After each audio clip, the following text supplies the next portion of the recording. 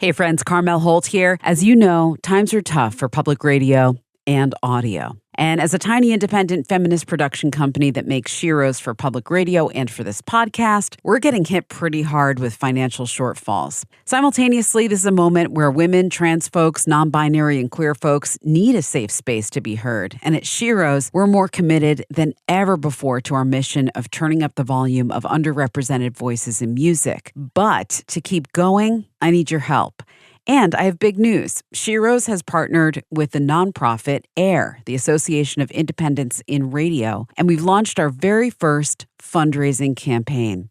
You can text SHEROES to 53555 to make a tax-deductible donation through AIR or visit SHEROESradio.com. Thank you for supporting independent, femme-queer-produced audio and storytelling like the episode that you're about to enjoy. It's up to us whose voices get heard, and with your help, we'll keep turning up the volume. I think a lot of people can agree when they say that sometimes you do have to work a little harder to take up that space. I think especially because, I'm a 23-year-old black girl with silver braids.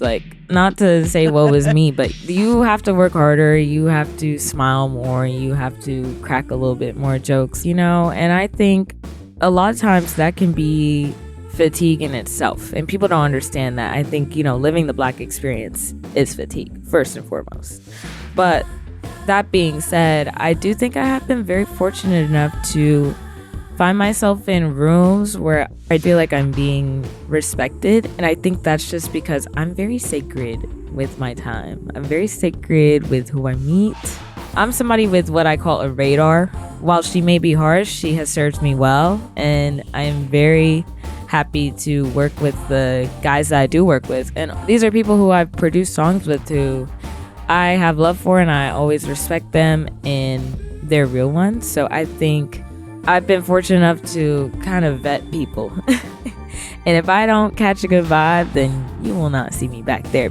That was Hannah Jadagu, and this is SHEROES, a weekly podcast to amplify women, non-binary, and genderqueer voices in music across genres and generations. We believe that sharing our stories is the first step to making music better for everyone. I'm Carmel Holt. When Texas-born, now New York City-based singer, songwriter, guitarist, and producer Hannah Jadagu first came on our radar, she was just 18 years old, and she just released her debut EP of songs called What Is Going On, entirely recorded and produced on her iPhone on Garageband. In high school, she had been self-releasing singles on SoundCloud, and the EP was her first release for Sub Pop Records, who'd signed her when Hannah was a senior. So Hannah Jadagu entered NYU's music business program with a record deal and newfound critical acclaim. While some may have taken that as a sign that getting a degree was unnecessary, Hannah continued her studies while continuing to write and record, and despite launching her career at the start of the pandemic, she went out on her first tour in 2021. She hasn't slowed down since. Hannah's excellent full-length debut Aperture arrived in 2023, which were her first studio recordings. And now, just 2 years later, we have the next era of Hannah Jadagu's songwriting and sonic palette, which expands and stretches even further than her first. It's called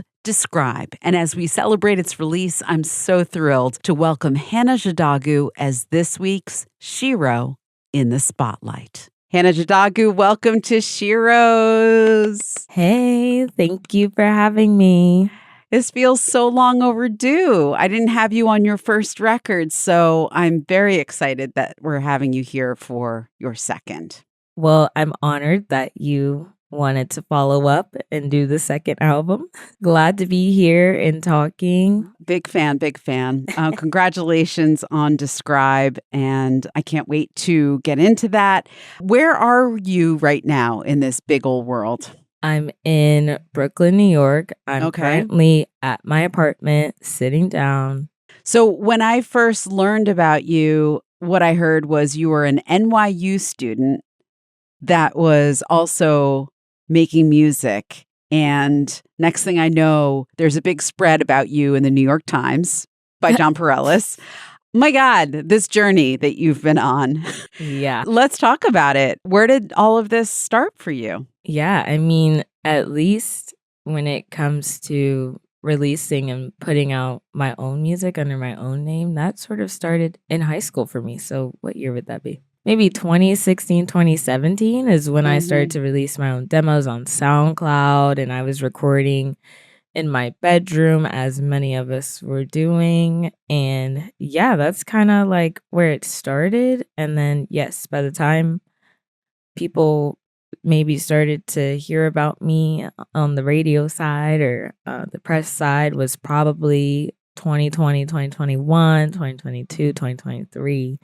And by then I moved to New York for school and was still making music. But I mean, I've always been doing the music thing, like growing up, you know, my sister and I, we sang in the church choir. We sang in an outside of school choir, like where we would go to downtown Dallas and sing, and we would be a part of like Leonard Bernstein's Kaddish with the Dallas Symphony Orchestra. Wow. Yeah, I also was a classically trained percussionist, and I loved to play basketball. So like I was a very active kid, and I was doing music, sports, but I always felt very drawn to music and performing music and the art of practicing and crafting, you know, something bigger than yourself and playing with other people. And then I started to sort of dive into making my own music. That was probably around 12, 13, 14, middle school era. Wow. So yeah, that's kind of the rundown. I want to get deeper into that, but I also want to get into a track from Describe. Why don't you choose a track for us? Like if you were meeting somebody for the first time and they hadn't heard your music before, where would you point them? Wow, that's a great question. Oh my goodness. No one's ever asked me to do this. Hold on, y'all. Yeah, I'm going through the track list right now. I would say More, track number 3 on Describe. And that would be the first song I would play them. Why? I think it's so representative of where my sound is right now. I also think it depicts a strong image of the themes of the album, lyrically and also sonically. If it was easy, you would leave here tomorrow. We have Hannah Jadagu here with us on SHEROES. Her sophomore album is called Describe, and I'm Carmel Holt. So More is the song that you would introduce yourself to somebody off this record that didn't know you, that didn't know your music. And we got a quick intro bio of you before we talked about that song. And you said going into it that you felt like you would choose that song because it encompasses the most of where you are now sonically and also thematically what this album is about. So let's break that apart a little bit. First, thematically, what this record is. Yeah, I mean, I think I just made a whole album that was pretty autobiographical, and you know, there's a truth stretched here or there, as many songwriters probably do. But I think this whole album is literally just about sort of navigating a new phase in my life post, you know, my previous record. And I feel like this album is a bit more vulnerable in the sense that it dives into the thematic topics of distance within a relationship and guilt, but also gratitude, and also just what it means to find love in today's kind of world, and also what that looks like just really personally for me. It's a somewhat selfish album, even though it seems as though I'm talking to myself and someone else throughout the record. But yeah, and I think that's why I chose More, is because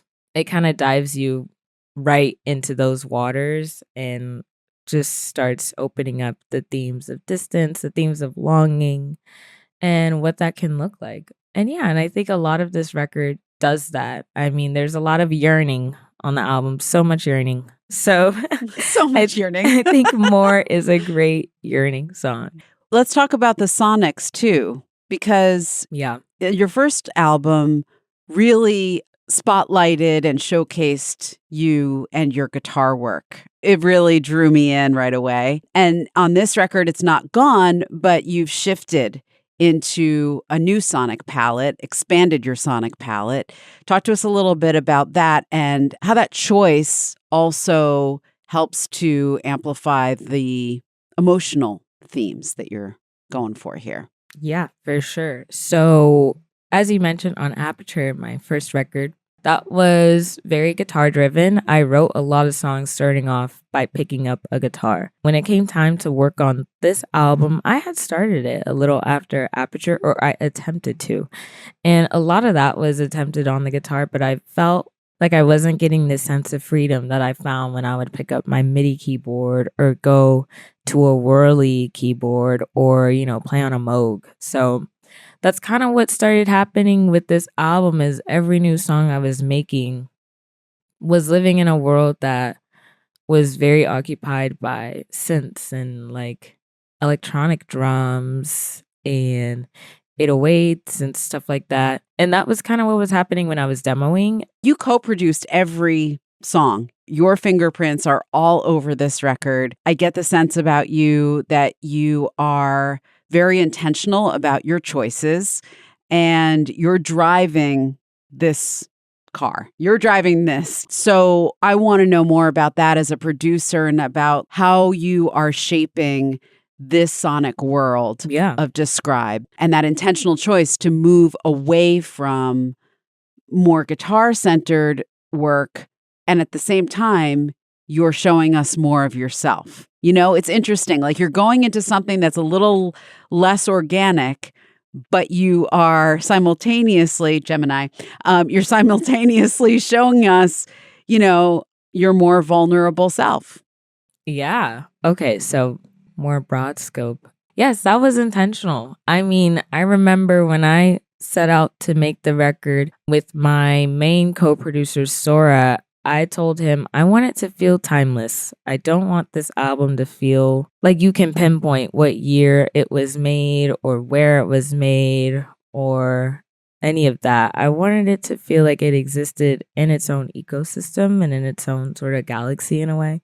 And I remember I felt like the way I could do that and the way that I could write these songs was just by kind of stepping away from the guitar and like trying some stuff that I hadn't tried before. That was the other thing is a lot of it, it's not even like a whole big brain thing is I was just trying to grow. And I feel like the way in which you can grow is by trying something new. And so on this record, I sought out growth through, Sora is an amazing cello player and an amazing strings arrangement kind of guy. So I was like, let's do strings. That feels timeless. Let's do the whirly, like on Give Me Time. That feels timeless, all these sort of classic and very analog instruments.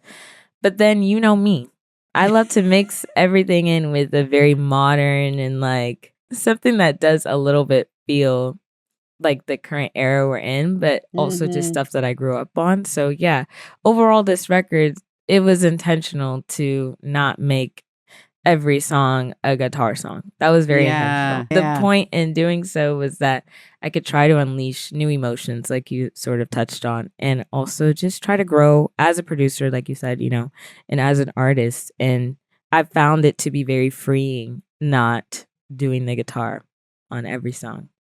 I loved getting to see you perform the other night, opening up for the Japanese House, who was another SHEROES guest in the past. And one of the things that I noted about the performance was how free you were to move on stage. Yes. And I think about that without having that burden of playing the guitar all the time. Suddenly you get to move a lot, but also at the same time, you're a little bit more exposed physically. What is that feeling like for you? It's fun. I think that was another thing that I was recently talking about the other day is I was like talking to my bandmate or my music director and I said, quote, I don't want to play guitar on every song. I want to be able to like stand and move around. And I think that's another way in which you grow. I've never had to do that. Usually I'm behind that mic boom stand with that guitar and you can sort of hide behind it. Like that's right. I always feel like I can hide behind the guitar. And I think it's cool to hide. There is nothing wrong with hiding. I'm not as shy as I used to be, but very introverted. So I still feel like, it's hard for me to be extroverted and put myself out there. And I need to recharge alone. but I feel like it's not taking energy out of me if I'm behind the guitar. But yes, that was one of my goals is I want to be able to walk around and learn how to command a room. I want to be able to show more of myself, show more of my personality. And I think there's a lot of great artists who are able to be behind the guitar and their personality still comes through, you know. I mean, the Japanese house is an amazing example. Like Amber was awesome. But yeah, I think that was also on purpose. And there's songs on this album where the guitar is prominent. So yeah, that was definitely a goal. And we'll see how it works out. You know, if I don't like it, I can always go back. But this whole like new era in this album, I'm just trying to do new things, trying to switch it up and keep learning and keep navigating things. If it's okay to mirror back to you, you had complete control of that room. And it was awesome. I think it was either that night or the next day, I texted Michelle from Sub Pop, your label, and I was like, she is a star. I am so impressed. Like, you had it. You had everybody like kind of in the palm of your hands. And it was so fun to see that exchange of energy and like people singing along, you know, and you telling them when to sing and they sing back to you. It was a really, really fun night. So if you're listening to this and you're curious, you should definitely go see Hannah out on this tour. It's going to be great. I'm so excited. Why don't we get to a song that feels good to you to move to in this new era on the stage? I mean, wow. I would probably say maybe the singles we put out, either My Love or Doing Now. Tough choice. Yeah, it's a tough choice. Probably My Love.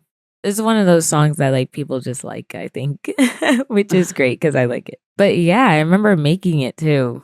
I know the BPM when I'm bobbing my head. Can you describe what that? I said describe. I didn't even mean to. Can you describe what that was like? Take us into that session. Oh my gosh. Yeah. It was a long journey. My Love was not an easy one because we were specifically going for, again, like I said, this really specific mix of analog and modern sounds. And, you know, it's very poppy. I think it's one of the most poppy, straightforward songs on the album. And I mean, I love pop songwriting. That's like all of my songs. But yeah, I remember when I first made the demo, it was like a 6-minute song with another song on a record called Perfect. And I remember everybody on my team and even my sister was like, nobody's going to listen to a 6-minute song. So you can't. They were like, you are not Tom York. So I was like, okay, whatever. So I cut it up and I got My Love. And I started with, actually, this is one song where it started with guitar, drums, MIDI, keyboard, synth. That was it, and vocals. So I brought the demo to Sora, and then he was like, okay, you know, let's spice it up. And he starts doing the dum, dum, dum, dum, dum, dum, dum, that kind of analog bass on the Moog. Then I was like, okay, it needs drums. And we tried some like just to program in some electronic kind of 80s sounding drums with really loud reverb claps. And we had that for a while. And then I said, let's layer the guitars again, make it loud, make it feel like it's in an arena or a stadium. So we layered the guitars a bunch. So and then we just started doing random synth layers, just so many synths, so many vocal takes. But then it wasn't even done. Like, I went back to New York. I went back to school. Song wasn't done. So I hit up my producer, Max, who did all of the Aperture record. And I said, hey, we need new drums on this. Like, I need an acoustic drum set. He starts playing that, adds some crashes, some good little simple fills. And then we just start to tighten it up. I had Max add in some guitar stuff that he ran through synthesizer pedals. So now we're starting to craft a world where there is a full blanket of synths around us, which I typically love to do. And then we've got acoustic drums and we've got very like fun vocals, and then it was done. But yeah, that song took many tries. Sora and I woke up every day and tried to figure out, how do we crack this song? How do we make it better? How do we make it hit? And I think once me, Sora, and Max all put our brains together is when it came to full fruition. Hannah Jadagu is our guest today on SHEROES. The new album is Describe, her sophomore release, and that was a track called My Love. I'm Carmel Holt, And we're talking production. And it's a perfect opportunity to talk about owning that space as a producer, as a femme person. Yeah. Tell us what your experience has been thus far in that arena. And if you want to even just expand it to being a musician, as a femme person. Yeah. I mean, I think a lot of people can agree when they say that sometimes you do have to work a little harder to like take up that space. I think especially because, I'm a 23-year-old Black girl with silver braids. Like, not to say what was me, but like you have to work harder. You have to smile more. You have to crack a little bit more jokes, and I think a lot of times that can be fatigue in itself. And people don't understand that. I think, living the Black experience is fatigue, first and foremost. But that being said, I do think I have been very fortunate enough to find myself in rooms where I don't feel like I'm being respected. And I think that's just because I'm very sacred with my time. I'm very sacred with who I meet. I'm somebody with what I call a radar, where my radar, while she may be harsh, she has served me well. And I am very happy to work with the guys that I do work with because, I work with men like Sora, that's my bro. Max is also my bro. And, even I've worked with Jake Aaron, my guy Huck. And these are people who I've produced songs with who I have love for and I always respect them and they're real ones. So I think I've been fortunate enough to kind of vet people. And if I don't catch a good vibe, then you will not see me back there because, I don't want to be mean, but it's like, I think men need to know you are replaceable. There's another guy that can do what you do. There's like 20 of you on my block. Like, yeah. So I've always just kind of went in with that attitude. Like, these guys are replaceable. And, I would love to work. I'm putting it out there. I'd love to work with more femme producers, hit me up, send me an email. But yes, it's just sort of happened where, I've been blessed. But anyways, I think there are challenges. I think going to a venue and being a girl, you show up and these guys are kind of looking at you crazy. And then you play a set and everyone's like, oh my God, that was so good. And they're kind of shocked.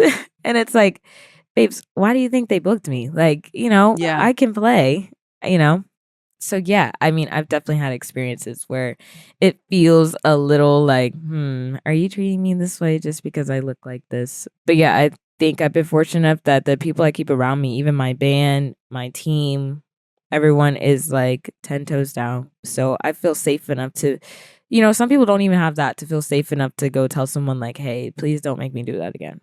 But, I feel comfortable enough to do that. So I want to shout out my team because I've been fortunate enough to not be in a room where I'm like, this shit is getting weird. But I think it's difficult. Like I've always said this too. This is the last thing I'll say. Please keep going. One of my worst, the things that I hate the most, and I don't want to use the word hate a lot, but I'm going to say hate on this one. Being a girl and going into Guitar Center. All my girls out there, all my femmes out there, y'all know. Going into the Guitar Center is like the worst experience ever. That's a great example of like, okay, I can feel that I'm a girl. Like, usually you walk around, you go to get some food from a yacht and you don't feel like a girl. But going into Guitar Center, you feel like a girl and people do not help you. I've went into Guitar Center with my boyfriend who is a filmmaker and they always turn to him. Yep. And they're like, oh, what are you here for, man? And he's always like, I'm not getting anything. It's her. I'm here with her. Like, you ask her. I don't know shit. So that is definitely an example of probably the best way to sum up what it feels like to be a girl in the music industry. Well, that's like the far end of the scale, but it happens. So I'm no stranger to those experiences and it's annoying. But I definitely have so much gratitude for the people that I do work with because they do not make me feel that way. And don't let people make you feel that way, y'all. These men are replaceable. Yes. And also like, okay, couple of things before I forget to say it out loud. Yes. On Guitar Center, I'm going to shout out another podcast episode, Subway Takes. Have you seen it? Yes, and wasn't it Ian Sweet who was talking about it? Fucking Ian Sweet. Oh my God. Shout That out. episode, it needs I to like go in the Hall of Fame. I agree. I was like, that's it. I don't think That they need is to make it. more episodes because a lot of us have been saying this with our friends and in conversations that we have every day. We could have a whole podcast about Guitar Center, Oh, actually. same. I could yeah. go for about 2 hours on that one. Yeah. It's like, why? And it's like, there's certain stuff that you really do have to get from there. And I mean, that's just like capitalism in itself, like whatever. I'm not we even need more into places like do you know about Fanny's in Nashville?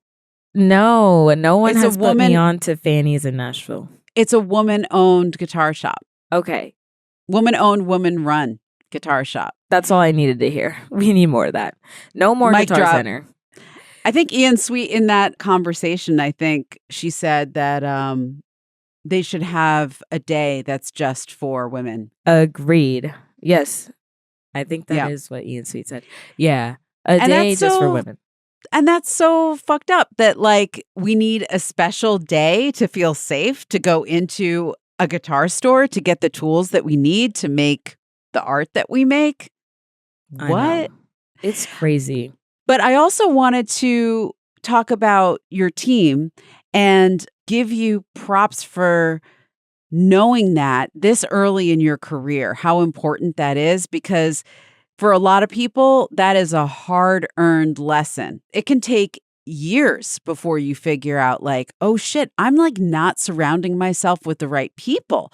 Like it's as important to be intentional about like who's in your band as it is like, who is your A&R? Yeah. Who is your tour manager? Who is your manager? Who is your lawyer? Who is your PR? I mean, talk to Amber Bain about the experience of finding Chloe Kramer as a producer and an engineer. And she's like, I'm never going to work with a straight person ever again. Like, I just want to work with I just want to work with femme and queer people. Okay. Like from now on. Love Amber. Oh my goodness. I'm just going to fangirl for a second. Getting to open up for the Japanese house was awesome because I mean that was a big inspiration when I first started making music, like we were talking about earlier. So yeah, that was really cool. But yeah, back to the concept of like a team and working with people. I think it's so important, and that is like arguably the most important thing because it's gonna be a lot of things that you don't want to do or a lot of things that come up, and you need to know that you're surrounded by people that actually will give you the option to be like, hey, no. I feel like it's a lot of us, well, not us, because I'm sorry, it's not me. There's a lot of people out there though that are probably like, oh yeah, I have to do everything, or I don't feel safe enough to say no, or I don't feel like they'll support me if I don't want to do XYZ. And that is just not sustainable, girlies. Like that's not sustainable. We have to be sustainable because it's harder for us. And I think, yeah, there's a lot, again, the concept of like black fatigue, especially black girl fatigue. I mean, being a black woman in America, like it's hard enough. So you need to make sure that people on your team are being cognizant of that and considerate, and they value you as a person and do not other you. You know, that's the other thing. You don't want to be othered. I mean, I could go on and on. I could ramble, but that's kind of my gist. It's important to have a great team. Can we talk about genre a little bit and, you know, the experience of being a Black woman in an area of music that probably people aren't used to seeing you in? Soulful, R&B, blah, blah, blah. I don't know. Oh my goodness. Is any of this sounding familiar? Sounds so familiar. Oh my God. I remember when I first started making music, they like were putting me on R&B playlists. It was not R&B. It was just because they found out I was Black. I'm like, imagine y'all didn't know I was Black, you know? Right. And that's kind of how I feel a lot of the times. I think, yeah, like I make some stuff that grooves or can be inspired by like trap music or, you know, whatever I grew up listening to. And I'm definitely inspired by R&B artists, rap artists, hip hop artists, and overall Black artists. I'm heavily inspired by that. But the music I make is just not straight hip hop. I mean, I'll have a cut or two on the record that kind of leans into that direction. But yeah, I don't know. I feel like I'm very indie, very alternative. I think also if you're just looking at the stats and just looking at the stems, like you're going to see guitar, Moog, Juno, all that stuff, 808s, whatever. But yeah, I think it's super alternative and indie, but it's hard, I guess, to describe, no pun intended, to describe the genre, quote unquote genre that I fall in, because I do sort of drift in and out. But yes, I have gotten a lot of times where people are like, okay, like you're the face of our R&B playlist, and like, no disrespect, but I don't make R&B music. If you want R&B music, like go listen to Kehlani, Summer Walker, people that actually make R&B music. But yeah, I think I definitely get put in that box a lot. And it is simply just because I am Black. And it's annoying. And it happens a lot and it happens every day. I also feel like I get put in like that bedroom pop category still. And I don't think I make bedroom pop music anymore. Like, yeah, the act of demoing in my room is bedroom pop, but I don't think the songs are like that. My EP definitely was, but I don't think I've been bedroom pop for a second. So yeah, I feel like people are always not describing me properly, but if you look at maybe my white peers, they are. And they're finding the most nuanced ways to basically say that this white guy with long hair is making alternative rock, and they come up with great adjectives and descriptors and synonyms. And for me, it's just, groovy R&B soulful pop artist. And I'm like, I don't think that's me, but yeah, I mean, it's definitely like a microaggression in itself. So yeah, I have quite the opinion on it, which I voiced. That's my take. Well, I thought about it in the light of the title of the album. And when you think about it that way, it's almost like a challenge to you to like, think about it. Literally, think about it. I always say that. I also think as a society, like if people would just think a little longer, we would be a better place. We would have more community. Kind of makes me think of when FKA Twigs was like, where are the thinkers? Oh my God. I know. Which was so funny. Love her. Big fan. Love her. But that was funny, and kind of seeing just like how everyone reacted to it was funny. But it is low-key like we gotta think a little bit more. That's it. But yeah, hard to describe. But if you think, you might be able to. What track should we go to as we're talking about all this? We should go to Normal Today. See what people think about that one. That's Normal Today. The new Hannah Jadagu album is called Describe, her sophomore release. And I'm Carmel Holt. She's our guest today on SHEROES. We talked a lot about genre going into that song, and you mentioned the music that you grew up listening to. Mm-hmm. Who are some of your heroes and sheroes? Who really inspired you that you could point to and be like, that's what's in my DNA of the music that I make? In terms of being heavily inspired, I mean, the Japanese house is definitely one. Imogen Heap, FKA Twigs, Rosalia. When I've listened to those artists, I've been instantly inspired, and they have definitely seeped into like my sounds and what I make. Those are definitely a big four. Heavy on the Imogen Heap. Love her, which I always forget to mention her. I'm always surprised that she doesn't come up more. She's like such a trailblazer. She's so groundbreaking still, you know? Extremely groundbreaking. And I mean, another very groundbreaking artist, which we all know, is like Bjork. I only started getting into Bjork in the past year, but her album Vespertine, my roommate Annika showed me it, and it really got me through like the New York winter. And that was so inspiring. Like when I was making Normal Today, I was listening to a lot of Bjork. We were finishing that song up this winter.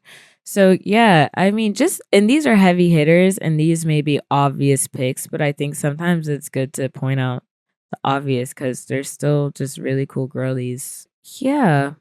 Who else? I mean, I've said this quite a bit, but the Black Eyed Peas. I grew up listening to them, and I feel like I do a lot of Fergie melodies sometimes. You got to catch it though. But I do a lot of Fergie melodies. I like will.i.am. I like the vocal layering.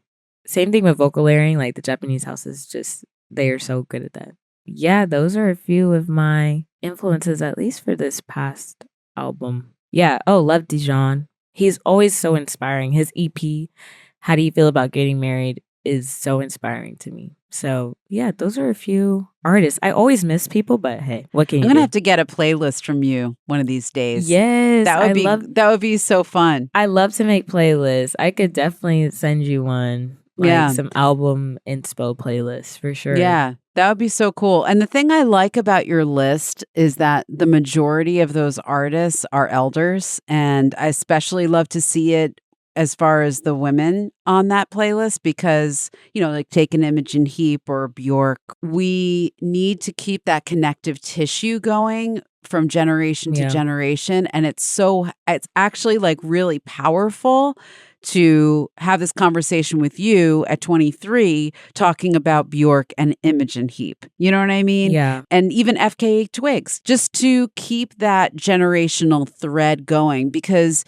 there might be lots of your fans that don't know about them and don't know that that's what you're carrying in your musical DNA. That's the reason why your music sounds the way it does. Part of it is just you as a unique person, but it's like you said, you wouldn't sound the way that you did if you didn't listen to them. For sure.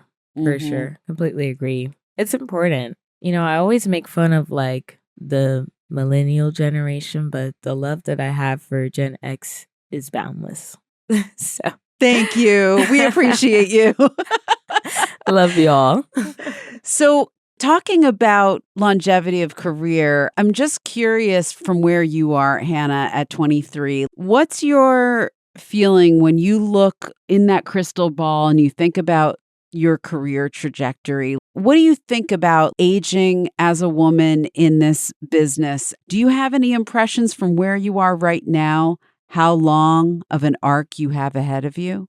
Or does it feel limitless? Oh man, that's a good question. I mean, I definitely talk about age a lot, like in my everyday conversations and with people that I meet. Yeah, we played the show the other day and I was talking to the band and a lot of them were like, oh, I'm 35 or I'm 33 or I'm 30. And I remember being 19 and I heard 30 and I was like, I don't want to be 30. Like, that's so scary. But I love the sense of agency that it seems to come with that respect and all that kind of stuff. But yeah, no, I do think about that a lot. Of course, my biggest dream is to be able to still do this and support myself off of my art and to be able to play big venues and be in the best studios. Like, I definitely dream for that. I think a lot of, young artists dream for that. Who wouldn't? I have goals. I mean, I always set goals at the beginning of the year. Like, I'll tell my agent, like, one of my goals this year was, hey, I want to be able to have a tour offer for opening for a theater-sized room by next year. I want to have those offers in this year, and I want to be playing in those rooms next year, get comfortable in those rooms. And it happened. Like, we got an offer, and, we'll be playing in those rooms next year. So I always set goals that I feel like are indicative of the kind of growth that I see for myself. And I definitely believe too in, again, like I said, for this record, I tried to do something that felt very vulnerable and very timeless and very true to me. And my goal is to be able to always do that, always make music that I want to make and always make something that I feel like can last longer than my own life will. And that's always the goal. So yeah, I have pretty big goals. I have pretty big dreams. Like, of course, there's people I want to work with. There's shows I want to play. There's rooms I want to be in. And I want to be able to do it for as long as I can do it. And I want it to sustain me and I want it to fulfill me. So, and those are all big asks, but I think it could happen. I'm pretty hopeful and optimistic when it comes to my career. And I think every musician kind of has to be a little delulu. You got to be a little delusional. I think that's how it works. So yeah, I'm delusional. I have goals. I have dreams. I don't always say them out loud though, because I get a little superstitious, but yeah.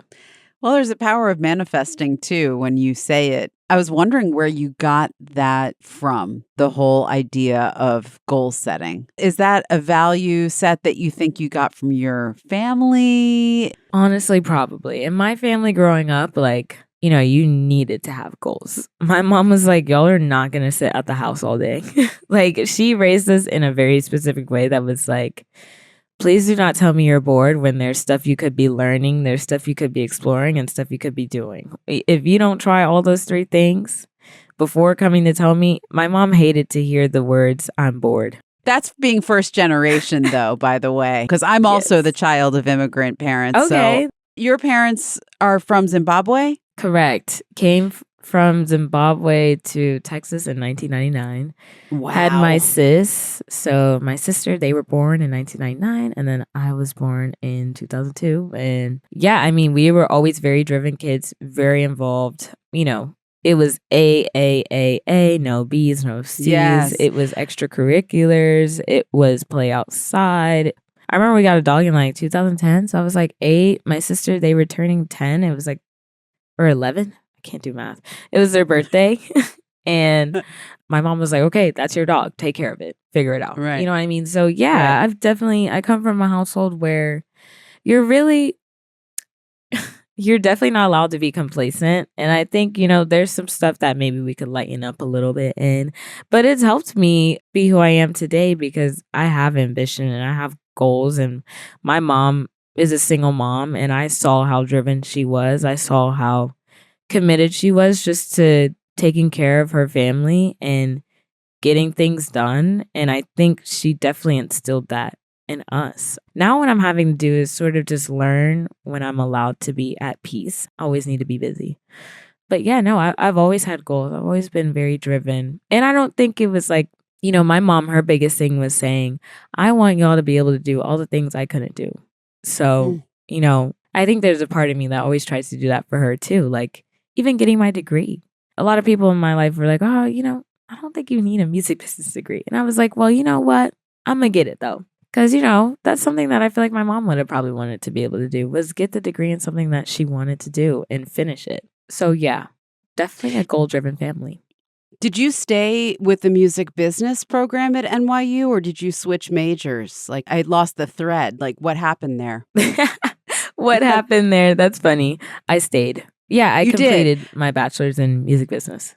Congratulations. Are you going to do any more or you're like now 100% you're done and you're going to do music full time? It's a great question because if there's a week that is a little slower than like a week like this week where I'm working and doing interviews and all that fun stuff, I'm like, oh, let me look up these grad programs. Let me look up these master programs. Because again, like I have a problem with being like, I need to be busy. Even though I claim that I don't like being busy. It's weird. So yeah, I mean, I consider it like my sister, they just went back to school for dance therapy and they have a bachelor's in music business. I followed my bigger sister. So they are going back to school for their master's dance therapy. And that seems like really inspiring. So yeah, I probably would do it one day. Like I also kind of I like to teach a little bit. I like stuff like that. So yeah, I mean, I was fortunate enough to where my mom did not push back on studying something within the arts. And it might be because there's a little tag on the end that says business. So also, I have to shout out my older sister. I mean, they paved the way. They did it 2 years before I did it. Because when it came to school, we were always 2 grades apart. So my sister kind of paved the way to like show my mom that there is jobs in the arts and stuff like that, and specifically in music. Yeah. But no, my mom is very supportive. She's like my biggest fan. She comes to all the Texas shows. My mom sells merch. I make the most money on the whole tour because she is like, everybody says she's like so funny. My mom is definitely funny, but yeah, people love her. So it's awesome. Yeah, she's my biggest fan, biggest supporter. Like I sent her the album the other day and she was like, oh my goodness, I've just been listening to the album. It's so beautiful. You know, so she's a real one. We love her. Shout out Mama J. But yeah, no, there wasn't as much pushback, but there was always definitely a push for excellence. Like if you're going to do something, you should probably excel at it or you might need to switch it up. So It's been so awesome to talk to you today. Yes. And may this be the first of many times that we chat. Congratulations on this incredible, incredible new album, Describe. Before we wrap up, I want to give you a wish. Are you ready to make some magic? I'm ready. Okay, I've got a SHEROES magic wand that I'm handing to you through the screen. Imaginary, but powerful.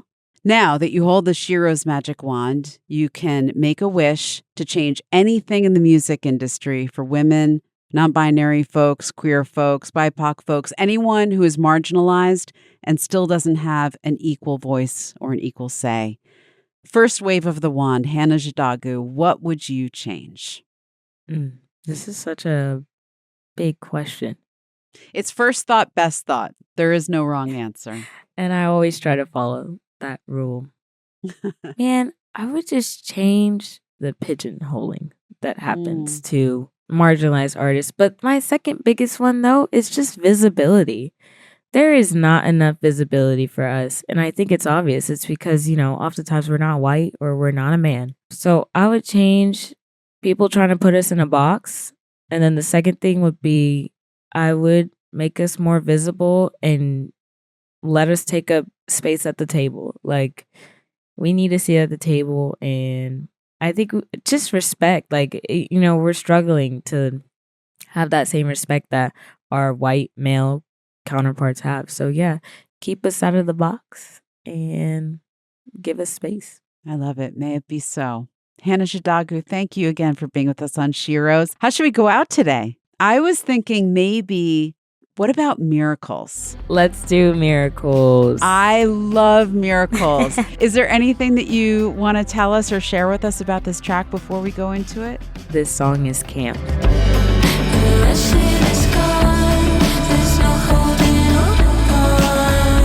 With thanks to Hannah Jadagu, thank you for being with us on SHEROES. Thank you so much. This was lovely. Many thanks once again to Hannah Jadagu for being with us. Her second full-length album, Describe, is available now on Sub Pop Records. SHEROES is produced by me, is mixed and mastered by Kelly Drake. Our original theme music is by Lucius. Our podcast is distributed by Talkhouse. SHEROES is also a nationally syndicated radio show. Please visit SHEROESradio.com to find out more. Keep in touch on Instagram at SHEROES Radio, and please consider leaving us a rating and review wherever you listen to podcasts. You can also subscribe to our new YouTube channel, SHEROES Productions. SHEROES is 100% independent and is made possible through the support of our public radio affiliates and now listeners like you. Through a new partnership with the nonprofit AIR, the Association of Independents in Radio, we've launched our very first fundraising campaign. Text SHEROES to 53555. That's SHEROES to 53555 to make a tax-deductible donation through AIR or visit SHEROESradio.com. Thank you for supporting independent, femme, and queer-produced audio and storytelling. And until next time, remember, music is our superpower. I'm Carmel Holt. Thanks for listening. Also from SHEROES Productions, take a journey on the road to Joni, an Ambie Award-nominated 10-episode series celebrating the legacy and impact of Joni Mitchell. Distributed by Talkhouse. Subscribe now to The Road to Joni wherever you get your podcasts.